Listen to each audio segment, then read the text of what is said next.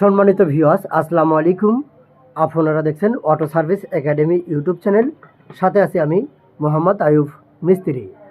তো বন্ধুরা, আজকে আসলে আপনাকে কি দেখাবো, ইতিমধ্যে ভিডিওর থাম্বনেলটি দেখে সবাই বুঝতে পেরেছেন, তাই না? আজকের ভিডিওটি ব্যাটারি চালিত গাড়ির সকল মিস্ত্রি ভাইদের জন্য অত্যন্ত গুরুত্বপূর্ণ। তো বন্ধুরা, অবশ্যই আজকের এই ভিডিওটি প্রথম থেকে শেষ পর্যন্ত দেখবেন। আমি আশাবাদী আপনাদের সময়টি বিফলে যাবে না, অবশ্যই উপকৃত হবেন। তো বন্ধুরা, আমাদের চ্যানেলটি নতুন চ্যানেল। আমি কাজটি শুরু করার আগে আপনাদের কাছে একটি রিকোয়েস্ট করব, আপনারা অবশ্যই আমাদের চ্যানেলটি দয়া করে সাবস্ক্রাইব করবেন, লাইক কমেন্ট শেয়ার করবেন। আর আমাদের চ্যানেলের এটা কিন্তু 2 নাম্বার ভিডিও। তো আমি প্রথম ভিডিওতে বলে গেছি 15টি চার্জারের 15 রকমের সমস্যা আমরা সমাধান করে আপনাদেরকে দেখাবো এবং শিখাবো। তো ক্যামেরার সামনে যাদের দেখতে পাচ্ছেন তারা আমাদের ছাত্র ভাই, তারা আমাদের সার্ভিসিং অ্যান্ড ট্রেনিং সেন্টারে প্র্যাকটিক্যালি কাজগুলো শিখতেছে। আপনারাও শিখতে পারবেন আমাদের এখানে না আসলেও, ঠিক আছে? আপনার প্রতিষ্ঠানে বসে আপনারা কিন্তু কাজ শিখতে পারবেন। আমার ছাত্র ভাইরা যেভাবে কাজগুলো করতেছে সেভাবে কিন্তু আপনারাও কাজগুলো করতে পারবেন, ঠিক আছে? তো আমি অত দূরে যাব না, দেরি না করে চলেন আজকের মূল কাজটি শুরু করা যায়। তো চার্জারটির সমস্যা, আউটপুটে আমরা ভোল্টেজ পাচ্ছি না, সিগন্যাল লাইট সবই আসছে কিন্তু ভোল্টেজ আসতেছে না। তো এই চার্জারের কি কি সমস্যা হয়েছে আমরা সার্ভিসিং করব। এই চার্জারটির কিন্তু এই কর্ডটা পরবর্তী লাগানো হয়েছিল, তো যার চার্জার সে ভাই কিন্তু লাগাচ্ছে কর্ডটা, চার্জিং কর্ডটা দেখতে পাচ্ছেন, লালটা লালে লাগাছে, কালোটা কালোই লাগাছে। তো এখানে আমরা ভোল্টেজ মাপ দিয়ে দেখছি কোনো ভোল্টেজ নাই। তারপরে আমি আপনাদেরকে আবার দেখাবো।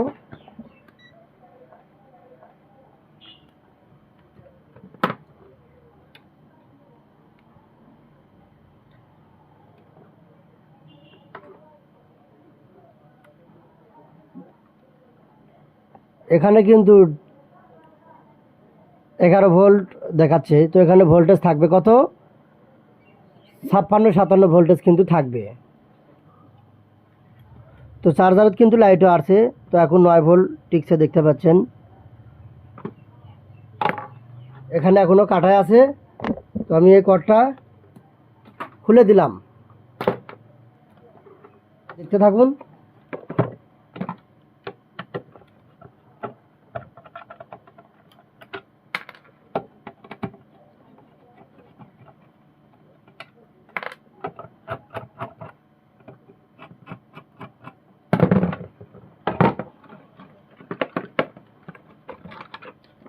তো মাদারবোর্ডটা আমি আলাদা করলাম, কাভারটা একটু সরে থান। তো আমরা আবারও দেখব, আউটপুটে কিন্তু কিছু কিছু চার্জারে ভোল্টেজ আসবে না, তবে চার্জ ঠিকই উঠবে, ঠিক আছে? যেই চার্জারে ডিসি সেকশনে BT 152 একটা এসিআর নামে পার্টস আছে, সেই চার্জারে কিন্তু এখানে ভোল্টেজ আসবে না। তো চার্জারটা এটা অনেক আগের ভার্সনের চার্জার, এখানে কিন্তু ভোল্টেজ আসতে হবে। আর বর্তমান যেটা আপডেট ভার্সনের চার্জার সেটাতে কিন্তু ভোল্টেজ আসবে না। আর কি BT 152-53 একটা এসিআর নামে পার্টস থাকে ডিসি সেকশনে, 3 পিনটালা, সেটা যদি থাকে ভোল্টেজ কিন্তু আসবে না। তো আমরা পাওয়ার লাইন দিব। তো আমি পাওয়ার লাইন দিয়েছি, আপনারা দেখতে পাচ্ছেন সিগন্যাল কিন্তু আসছে কিন্তু ভোল্টেজ নাই। চার্জারটা কিন্তু নিজের দোষে কিন্তু নষ্ট। তো কিছু কিছু গাড়িওয়ালা ভাইরা কিন্তু এই চার্জিংয়ের কর্ডটা যদি পুড়ে যায়, তারা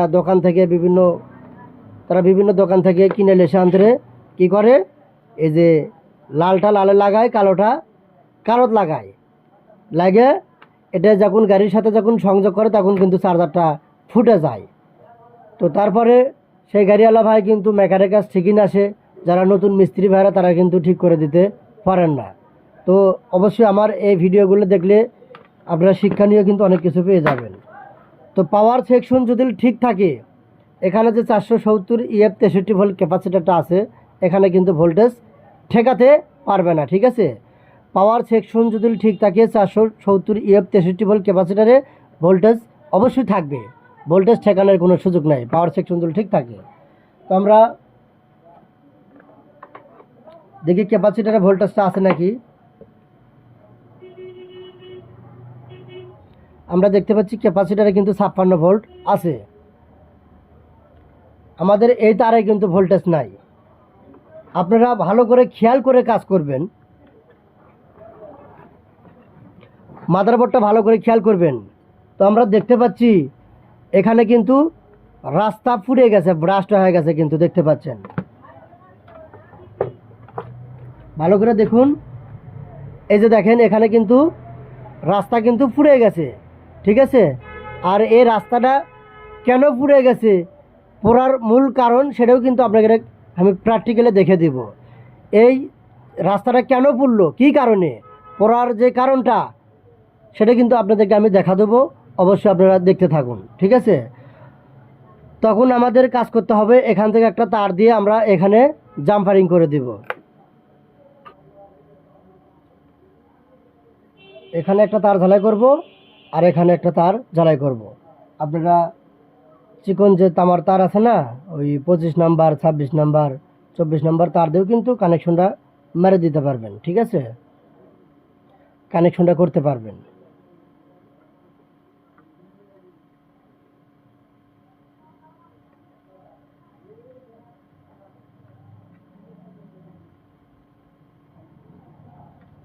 তো তারটি আমার ঝালাই করা কমপ্লিট। এখন আমরা এখানে ভোল্টেজ মাপ দিব।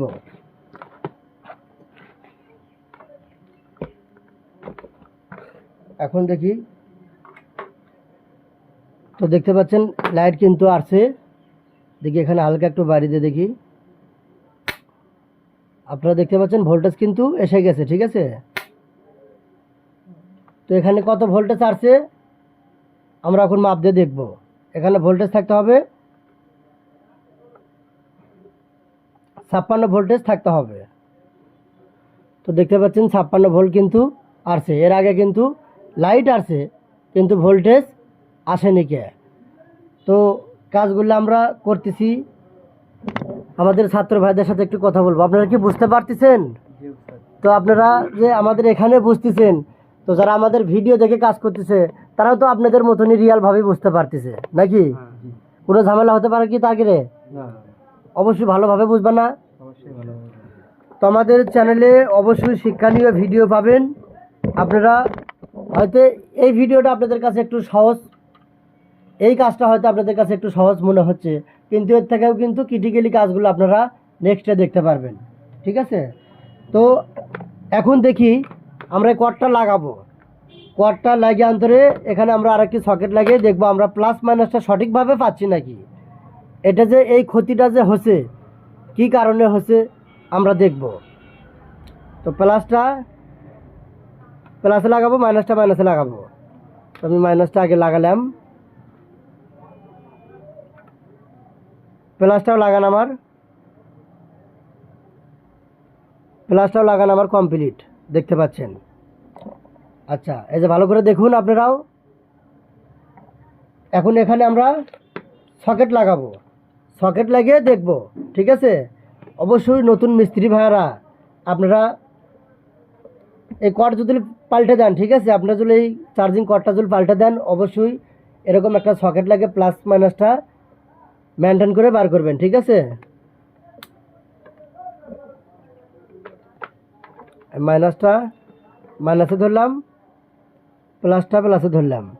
তো আপনারা দেখতে পাচ্ছেন এটা কিন্তু উল্টো হয়েছে, ঠিক আছে, এটা কিন্তু উল্টো হয়ে আছে। এই যে দেখতে পাচ্ছেন এটা কিন্তু আমি ঠিক মতোই লাগাছি। তো গাড়িওয়ালা ভাই কিন্তু এভাবেই লাগাছিল, ঠিক আছে, আমি সেভাবেই লাগালাম। দেখতে পাচ্ছেন এই যে মাইনাস চিহ্ন আছে, তার মানে এটা উল্টো হয়েছে, ঠিক আছে। আমি এখন এখানে উল্টা করে ধরলাম, দেখেন এখন কিন্তু মাইনাস চিহ্নটা নাই, মাইনাস চিহ্ন কিন্তু এখন নাই। এখানে কিন্তু মাইনাস চিহ্ন আসবে উল্টা পাল্টা হলে, ঠিক আছে। ভালো করে আবার দেখুন, এই যে দেখুন মাইনাস চিহ্ন আছে।